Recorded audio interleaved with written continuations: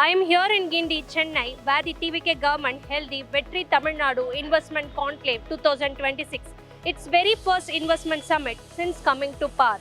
Chief Minister Vijay inaugurated the event earlier today, and over the course of the day, the government signed MoUs with companies spanning sectors like advanced manufacturing, electronics, renewable energy, electric mobility, aerospace, and life sciences.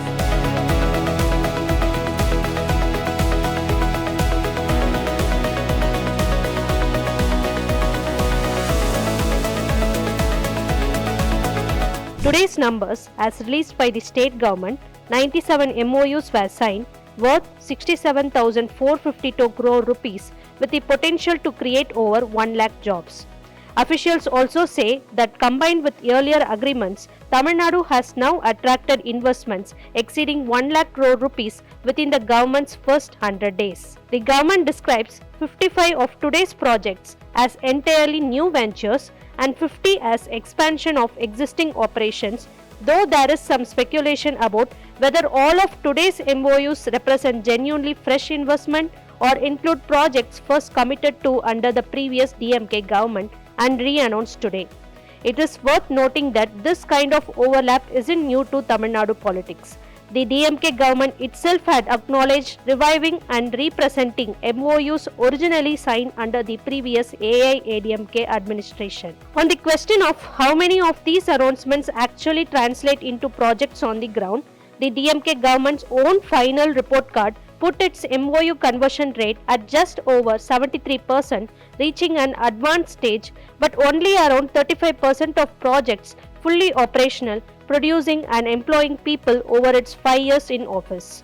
That gap between MoU signed and projects actually delivering jobs is likely to be the real test for today's announcements as well. The headline here is really that this potential investment can create up to 1 lakh jobs, much needed today's day and age.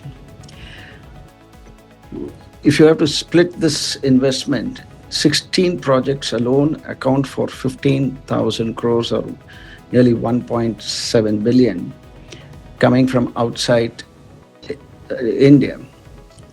To me, I think this investment potential of 70,000 crores represents commitments, but they are not investments that have actually happened on the ground.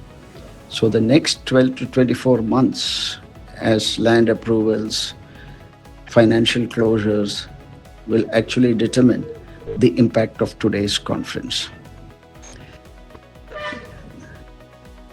Tamil Nadu should use this momentum to build an ecosystem around AI, semiconductors, electronics, EVs, etc.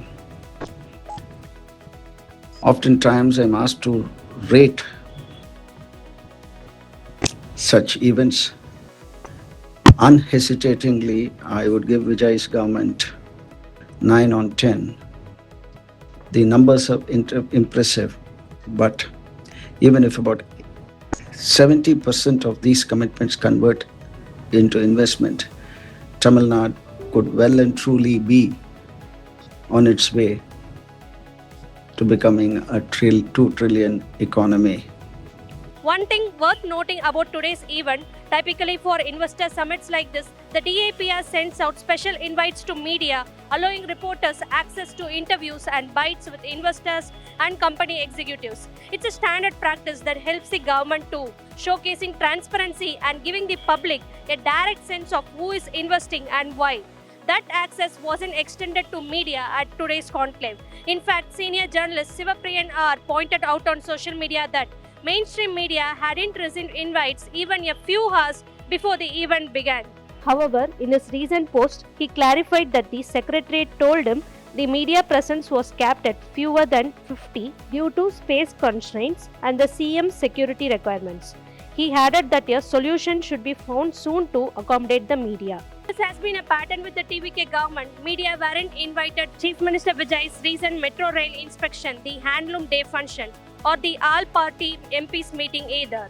This is not very encouraging, and I don't consider this very healthy. I think media are the fourth estate of our democratic pillars.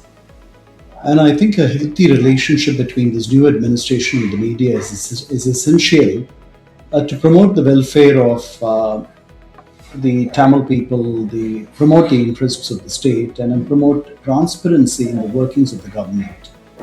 It is unclear to me why this particular administration is shy as opposed to early administrations and facing the media. I can understand the Chief Minister's quietness, his attitude to not opine or speak on even major issues unless he takes the floor in the assembly or he addresses his fans or supporters. Maybe he wants to weaponize silence, and then that's quite all right. That's a strategy that some of the leaders follow. But for a government to actually distance itself or introduce a distance between the media and itself, in the long run, I don't think it's a healthy. Professor Ramu Manivannan, academic and socio-political analyst, said, "It is difficult to understand why the media is being kept out of investors' meeting hosted by the government of Tamil Nadu. This is not only about transparency but also the accountability." For the Vijay government, this wasn't just another investor meet, it was the first real test of how it plans to carry forward Tamil Nadu's industrial legacy and put its own stamp on it.